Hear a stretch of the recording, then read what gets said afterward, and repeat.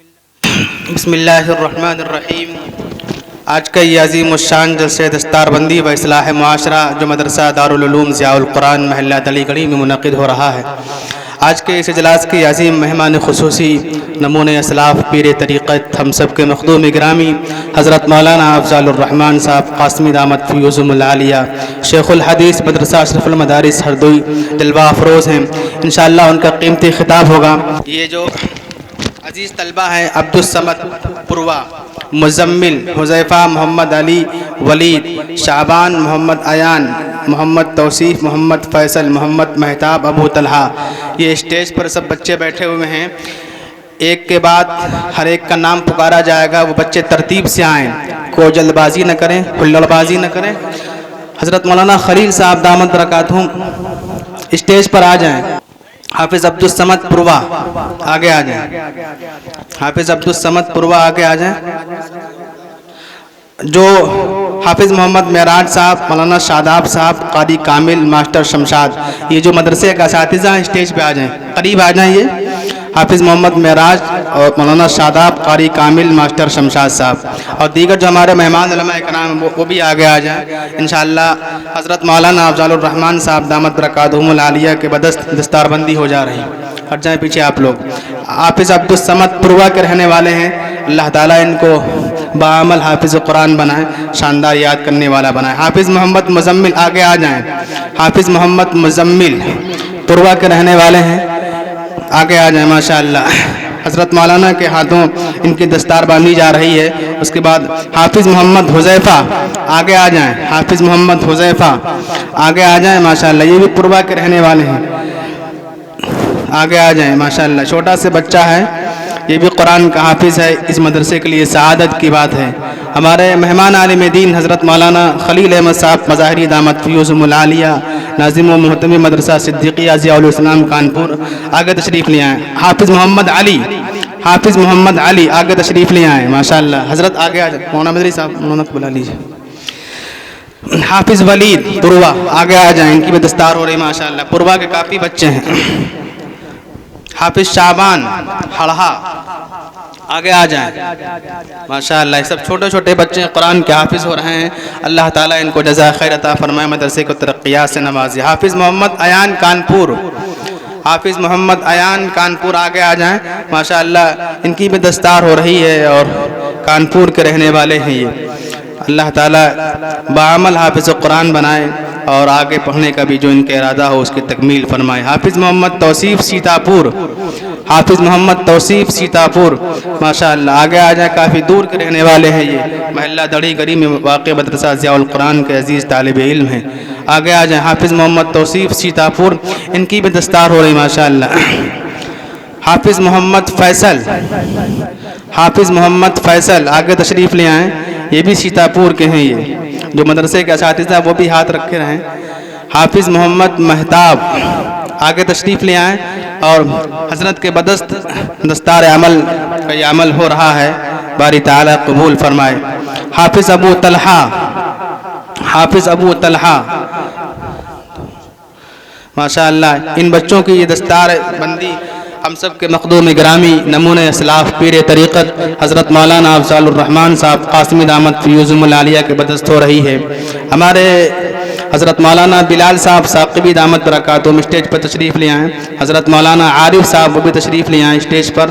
مولانا فیضان صاحب، مولانا عمران صاحب جو شہر النو سے تشریف لائے ہیں، ان علماء کرام سے درخواست اسٹیج پر آ جائیں حضرات۔ یہ عمل دستار بندی کا ہو چکا ہے، آپ حضرات سے درخواست ہے اطمینان اور پرسکون کا ماحول بنائے رکھیں۔ ہم سب کے مخدوم گرامی نمونۂ اسلاف ولی کامل حضرت مولانا افضل الرحمن صاحب قاسمی دامت فیوزهم العالیہ کا قیمتی خطاب ہوگا، ہم سب انشاءاللہ سماعت کریں گے۔ بسم اللہ الرحمن الرحیم، الحمد للہ کفا والصلاة والسلام علی سید الحبیب المصطفیٰ وعلی آلہ واصحابہ نجوم الہدى وقادة التقى۔ رب اشرح لی صدری ویسر لی امری واحلل عقدۃ من لسانی یفقہوا قولی، اما بعد۔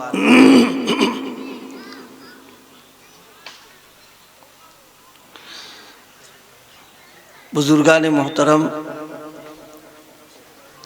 اللہ پاک کا بے انتہا فضل ہے، اس کا کرم ہے کہ اس نے ہمیں اور آپ کو مدرسہ ضیاء العلوم کے جلسہ دستار بندی میں شرکت کی اور حاضری کی توفیق عطا فرمائی۔ اللہ پاک ہم سب کی اس حاضری کو قبول فرمائے، اور ہمارے وہ بچے اور وہ عزیز طلباء جنہوں نے مدرسے میں حفظ کیا ہے، ان کی دستار بندی کا عمل آپ کے سامنے آیا ہے۔ اللہ تعالیٰ ان کو حفظ کی جو نعمت ملی ہے اس کی قدردانی کی توفیق عطا فرمائے، اس کے حقوق کے ادا کرنے کی بھی توفیق عطا فرمائے۔ اسی کے ساتھ جو دستار کا عمل ہوا ہے، اللہ ان کو اس دستار کی لاج رکھنے کی توفیق عطا فرما دے۔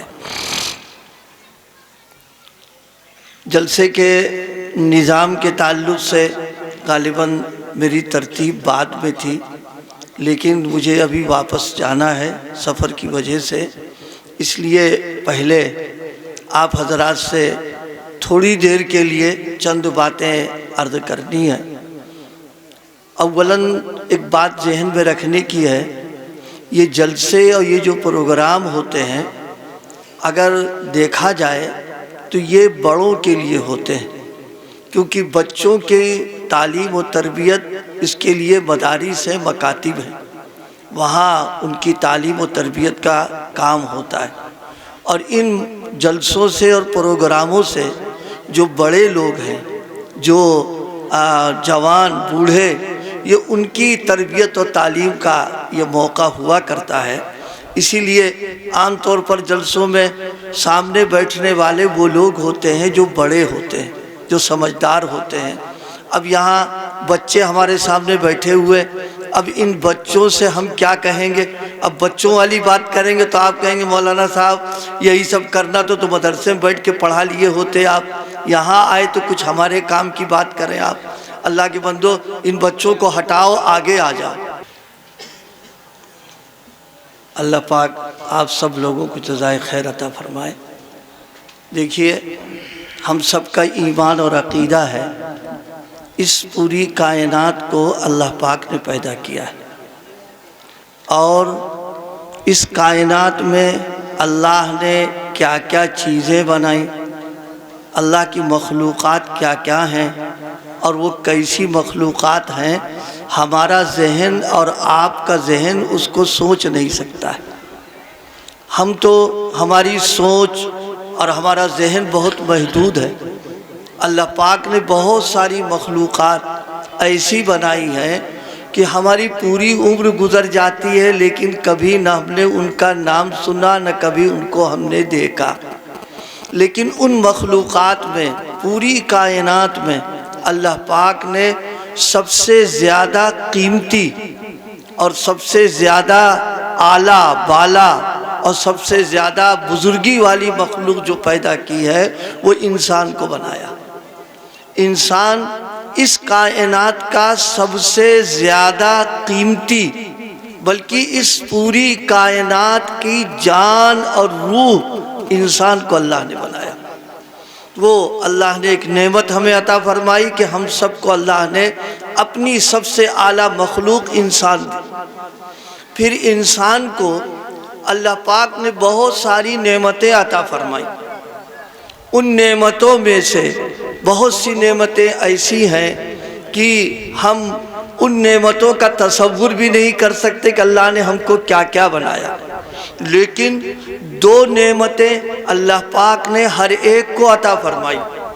ایک نعمت دی ہے اللہ پاک نے دل کی، اور ایک نعمت عطا فرمائی اللہ پاک نے دماغ کی۔ یہ دو نعمتیں عطا فرمائی۔ اس کو آپ کبھی بیٹھ کر کے سوچئے گا کہ جو باتیں میں اس وقت آپ کے سامنے عرض کر رہا ہوں، انشاءاللہ یہ سنورنے اور سدھرنے کے لیے بنیادی چیزیں۔ ایک تو اللہ نے ہمیں دماغ عطا فرمایا، ایک اللہ نے ہم کو دل عطا فرمایا۔ یوں تو انسان کے جسم میں اللہ پاک نے 360 جوڑ پیدا کیے۔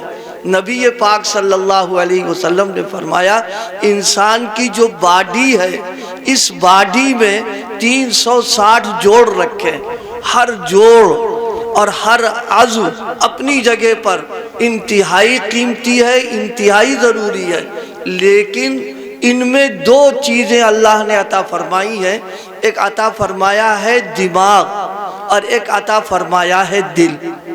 دل اور دماغ یہ دو چیزیں وہ ہیں کہ انسان کی زندگی اور زندگی کی ضروریات کے سلسلے میں یہ دونوں چیزیں بنیادی۔ دل اگر انسان کا کام کرنا بند کر دے، دل ٹھنڈا ہو جائے، دل کی حرکت ختم ہو جائے، چاہے آدمی کتنا تندرست ہو، توانا ہو، پڑھا لکھا ہو، سب کچھ ہے، لیکن دل ٹھنڈا پڑ گیا تو بیکار مر جائے گا آدمی۔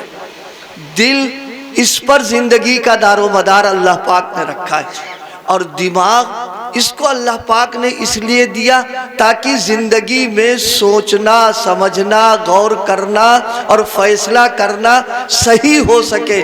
دماغ اللہ پاک نے اس لیے عطا فرمایا، لیکن ان دونوں میں دل یہ اصل ہے اور دماغ اس کا تابع۔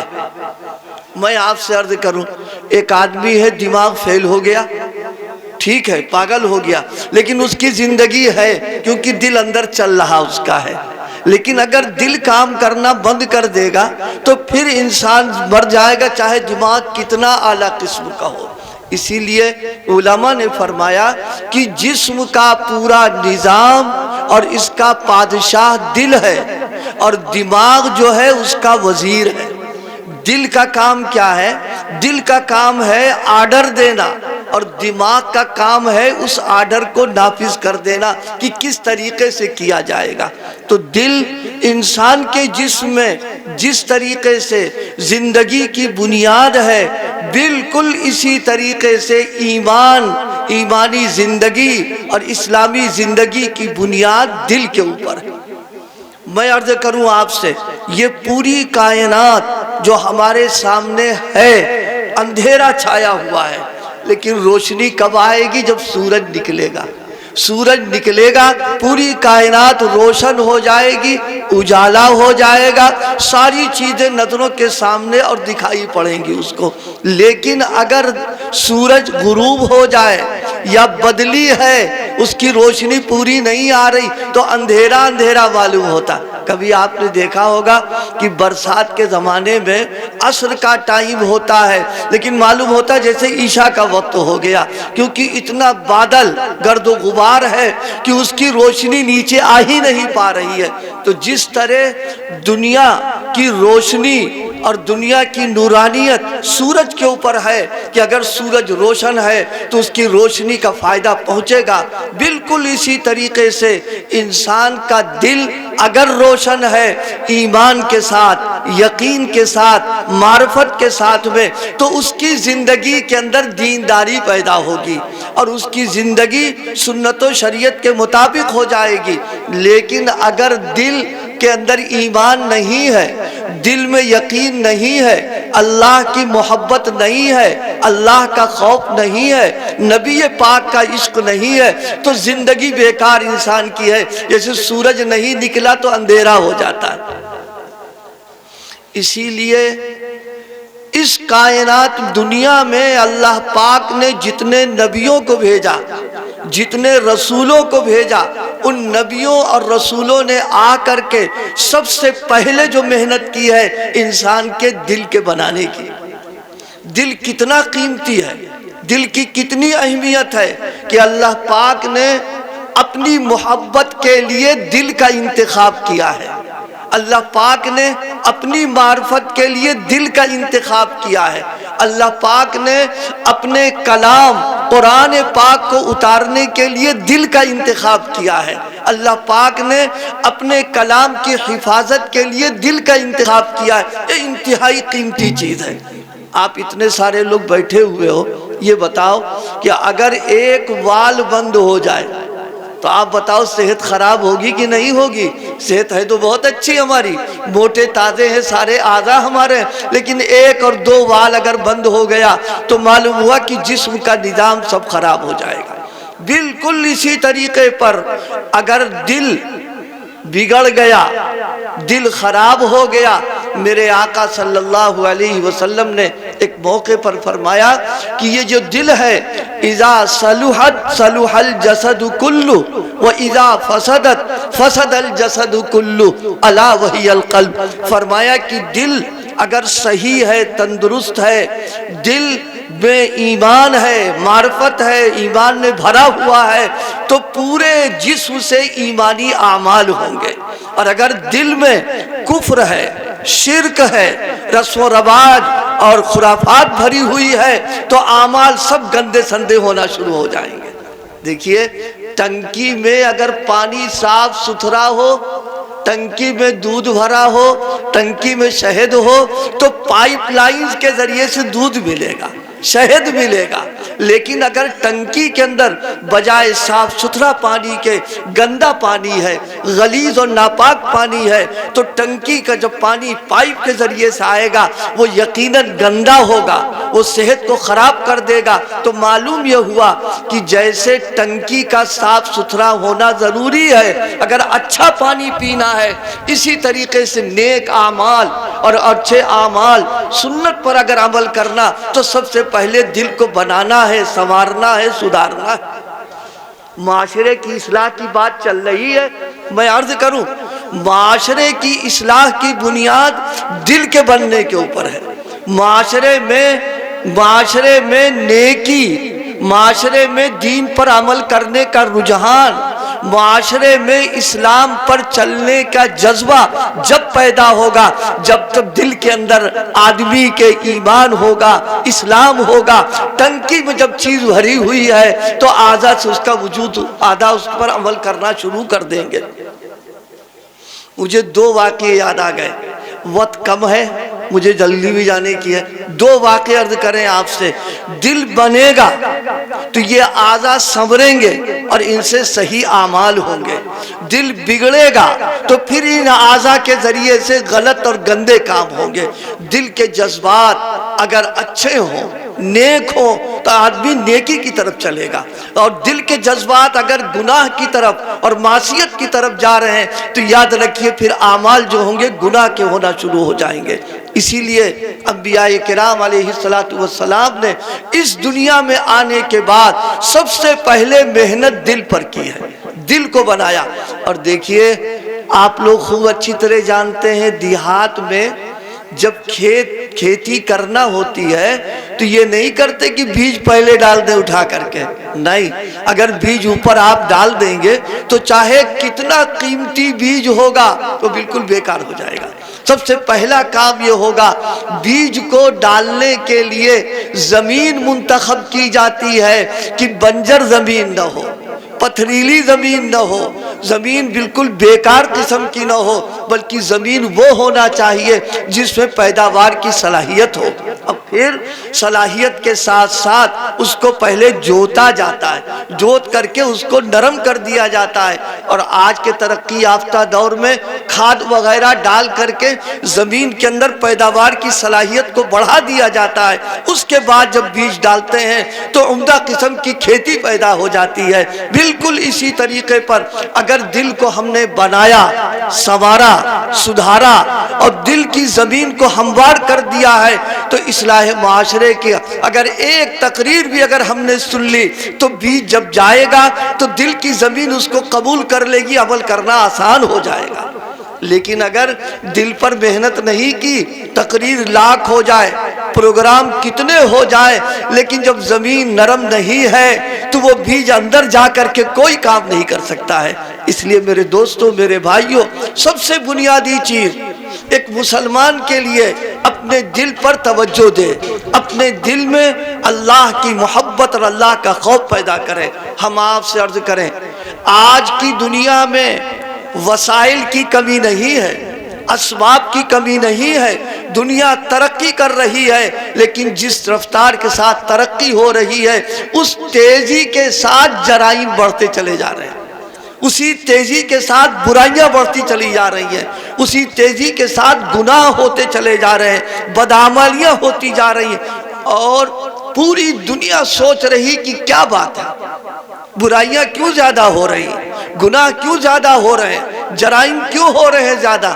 حالانکہ قانون موجود ہے، قانون کے بنانے والے موجود ہیں، قانون بنانے کے ادارے موجود ہیں، قانون کے چلانے والے موجود ہیں، قانون کے خلاف ورزی کرنے پر سزائیں بھی موجود ہیں، لیکن اس کے باوجود جن لوگوں کی نظر دنیا کے حالات پر ہے وہ ہماری بات کی تصدیق کریں گے۔ اور دور نہ جائیے، روزانہ کا اخبار اٹھا کر کے آپ دیکھیں تو آپ کو معلوم ہوگا کہ آج جتنے جرائم ہوئے ہیں کل اس سے بڑھ کر کے جرائم ہوتے ہیں، کم نہیں ہو رہے ہیں۔ بات کیا ہے؟ دل بگڑا ہوا ہے، دل کے اندر فساد ہے۔ جب جڑ سڑ جائے گی تو اس درخت کے اندر پھول اور پھل کہاں سے پیدا ہوں گے؟ اور جڑ جب کام کی ہوگی تو یقیناً درخت ہرا بھرا بھی رہے گا، اس سے پھل اور پھول بھی نکلنا شروع ہوں گے۔ دل اگر ہمارا بنے گا تو بننے کے بعد اعمال صالحہ ہوں گے، نیکیاں ہوں گی، جرائم سے نفرت ہوگی، گناہوں سے آدمی کو دوری پیدا ہو جائے گی۔ ام المؤمنین اماں جان حضرت عائشہ صدیقہ سلام اللہ علیہا فرماتی ہے، بخاری شریف کی روایت سنیے، نبی پاک صلی اللہ علیہ وسلم نے دنیا میں آنے کے بعد سب سے پہلی جو محنت کی ہے وہ دل کو بنانے کی، سنوارنے کی محنت کی ہے۔ آج ہماری محنت ہمارے جسم پر ہو رہی ہے، ہماری محنت ہمارے لباس پر ہو رہی ہے، ہماری محنت ہمارے بالوں پر ہو رہی ہے، ہماری محنت ہماری شکل و صورت پر ہو رہی۔ یہ ہو رہا کہ نہیں ہو رہا؟ ہر آدمی سوچتا ہے لباس کی تراش و خراش کٹنگ ایسی ہونا چاہیے، بال ہمارے ایسے ہونا چاہیے، چہرہ ہمارا ایسا ہونا چاہیے، لیکن کبھی اس کا خیال نہیں آتا ہے کہ دل ہمارا کیسا ہونا چاہیے۔ دل میں گندگی، دل میں غلاظت، دل میں گناہوں سے محبت، سنتوں سے دوری، نیکیوں سے دوری جب بھری ہوئی ہے تو یہ ظاہری محنت کوئی کام نہ کرے گی۔ اگر دل کو بنا اور سنوار لیں گے تو اپنے آپ جذبہ پیدا ہوگا کہ نیکیوں پر عمل کریں اور برائیوں سے دوری پیدا کریں۔ حضرت عائشہ صدیقہ رضی اللہ تعالی عنہا کی روایت،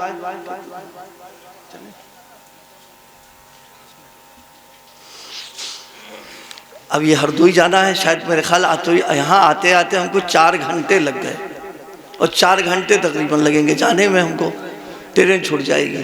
بس ادھوری بات چھوڑ کر کے، بلکہ بس آپ اس پیغام کو لے کر کے جاؤ کہ جسم کی محنت اور لباس کی محنت کے بجائے دل پر محنت کریں گے، اور دل کو اللہ کی محبت اور معرفت سے بھریں گے، خوف پیدا کریں گے۔ آپ یقین مانیے کہ جس دن ہمارا دل بنے گا، اللہ کی محبت اور خوف پیدا ہو، اپنے آپ جرائم بند ہو جائیں گے، برائیوں سے نفرت پیدا ہو جائے گی۔ جیسے بول و براز کے تصور سے نفرت ہوتی ہے، اسی طرح گناہوں سے نفرت ہوگی۔ اس وقت اصلاح معاشرے کے پروگرام کی ضرورت نہیں پڑے گی ہم کو۔ آج ضرورت اسی کی پڑ رہی ہے۔ وجہ یہ ہے کہ اصل جو بیماری ہے اس پر ہم نے توجہ نہیں کی۔ ایک مختصر سا واقعہ عرض کریں ہم آپ سے۔ حضرت عبداللہ ابن عمر رضی اللہ تعالی عنہما جلیل القدر صحابی ہیں، اور نبی پاک کی سنتوں پر عمل کرنے میں ان کا رنگ نکھرا ہوا تھا۔ یہ نکھرا کا لفظ میں نے اس لیے استعمال کیا، ہر صحابی سنتوں کا عاشق تھا، ہر صحابی اللہ نبی پاک کی ایک ایک اداؤں پر مر مٹنے والا تھا، لیکن عبداللہ ابن عمر کچھ آگے بڑھے ہوئے تھے۔ ایک مرتبہ حضرت عبداللہ ابن عمر جا رہے ہیں راستے میں، اور ساتھیوں کے ساتھ ہیں، ایک کنارے بیٹھ گئے، اور بیٹھ کر کے جیسے پیشاب کرنے کے لیے آدمی بیٹھتا ہے اس طرح بیٹھ گئے، اور پھر کھڑے ہو گئے۔ لوگوں نے دیکھا کہ بیٹھے کھڑے ہو گئے، نہ پیشاب ہے نہ استنجا ہے نہ کچھ، کھڑے ہو گئے۔ کہا حضرت یہ کیا کیا آپ نے؟ سنیے، یہ ہے عشق، یہ ہے سنتوں پر عمل کرنے والے۔ کہا میری آنکھوں نے دیکھا ہے کہ میرے آقا اس راستے سے جب گزرے تھے، مسلمانوں سنو، جب اس راستے سے گزرے تھے تو رسول پاک صلی اللہ علیہ وسلم کو پیشاب کا تقاضا ہوا تو آپ ایک کنارے ہو کر کے اسی جگہ پر بیٹھ کر کے آپ نے استنجا کیا تھا۔ مجھے اگرچہ اس کی ضرورت نہیں تھی لیکن میری غیرت نے گوارا نہ کیا کہ میرا محبوب جس راستے سے گزرا ہو اور اس نے ایک عمل کیا ہے، بغیر اس عمل کے کیے ہوئے ہم چلے جائیں، ہم نے ان کی نقل اتارنے کے لیے کیا۔ حضرت عبداللہ ابن عمر رضی اللہ تعالیٰ عنہ ایک چرواہے کو دیکھا بکریاں چرا رہا تو دل میں خیال آیا کہ اس کا ذرا امتحان لیں۔ اس کے پاس گئے اور جا کر کے ایک بکری کا سودا کرنا چاہا، کہا کہ بکری میرے ہاتھوں بیچ دو، ہم کو ضرورت ہے، اپنے کو مسافر ظاہر کیا۔ تو اس نے کہا کہ بکری میری نہیں ہے، میں تو چراتا ہوں، اس کی حفاظت کرنا ہمارا کام ہے۔ تو بڑا امتحان کے لیے بڑی پیاری بات فرما دی، ارے کہا اتنی ساری بکریاں ہیں، اگر ایک بکری تم ہمارے ہاتھ بیچ دو گے تو مالک سے کہہ دینا بھیڑیا کھا گیا۔ آپ سمجھے نہیں سمجھے؟ آج کا دور ہوتا تو ہماری عقل میں آ جاتی کہ بات تو بڑے جگاڑ کی بتا دی کہ پیسے بھی ملے اور بچ بھی گئے۔ کیوں؟ دل اندر سے اتنا پاپی ہو گیا ہے ہمارا، اور دل اتنا گناہ کرتے کرتے بے حس ہو چکا ہے کہ جرم کرتے ہوئے بھی احساس نہیں ہوتا ہے کہ ہم کیا کر رہے ہیں۔ ہم اپنے دوستوں سے کہا کرتے ہیں دیکھیے اگر اس جگہ کہیں کیمرہ لگا ہوتا اور وہاں لکھا ہو کہ آپ کیمرے کی نظر میں ہیں تو آپ بتائیے اس جگہ اگر آپ گزریں گے تو بہت سنبھال کے رہیں گے کہ نہیں رہیں گے؟ کتنا بڑا کرمنل ہو، کتنا بڑا مجرم ہو، وہ بھی دیکھ کر کے جیسے دودھ کا دھولا کہ کچھ جانتا وانتا نہیں کہ اسے ڈر لگے گا کہ کیمرے میں آ جائے گا۔ مسلمانوں یہ کیمرہ تو اب آیا ہے، میرے آقا صلی اللہ علیہ وسلم نے ہمارا ایمان اور عقیدہ یہ بنایا کہ مسلمانوں تم 24 گھنٹے پیدا ہونے سے لے کے مرتے دم تک اللہ کی نظروں میں ہو اور ان کا کیمرہ چل رہا ہے۔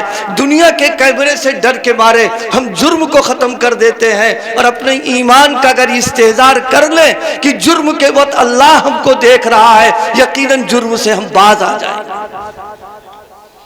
جب حضرت عبداللہ بن عمر نے پیشکش کی تو اس نے بڑا پیارا جملہ کہا، فرمایا فَأَيْنَ اللَّهِ فَأَيْنَ اللَّهِ، مولا سے تو جھوٹ بول دیں گے کہ بھیڑیا بکری کھا گیا، اللہ سے کیسے جھوٹ بولیں گے؟ فرمایا سودا نہیں کریں گے ہم۔ کیا معلوم ہوا؟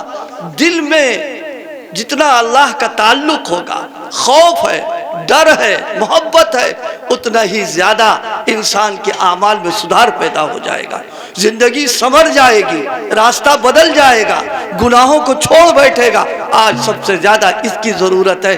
اللہ پاک مجھے بھی اللہ اپنی محبت اور اپنا خوف عطا فرمائے اور آپ کو بھی اللہ پاک کی نعمت نصیب فرمائے تاکہ ہمارا معاشرہ مثالی بن جائے، ہمارا معاشرہ سنت کے انوارات سے جگمگا جائے، ہماری زندگیاں ایسی بن جائیں کہ لوگ دیکھ کر کے اپنے آپ کو بنائیں، سنواریں، سدھاریں کہ دیکھو ایسے لوگ ہوا کرتے ہیں محمد الرسول اللہ کے غلام۔ مجھے یاد آیا حضرت خواجہ عزیز الحسن مجذوب رحمہم اللہ، ایک بڑا پیارا شعر ہے، انہوں نے فرمایا تو نہیں ہے اس جہاں میں منہ چھپانے کے لیے، تو نہیں ہے اس جہاں میں منہ چھپانے کے لیے، تو نمونہ بن کے آیا ہے زمانے کے لیے کہ تم محمد الرسول اللہ کے رنگ میں اپنے آپ کو رنگ لو، پوری دنیا کے لیے تم نمونہ بنو گے اور سارے لوگ تمہاری قدر کریں گے۔ اللہ پاک میری گزارشات کو قبول فرما لے، عمل کی توفیق عطا فرمائے۔ جزاک اللہ احسن الجزاء۔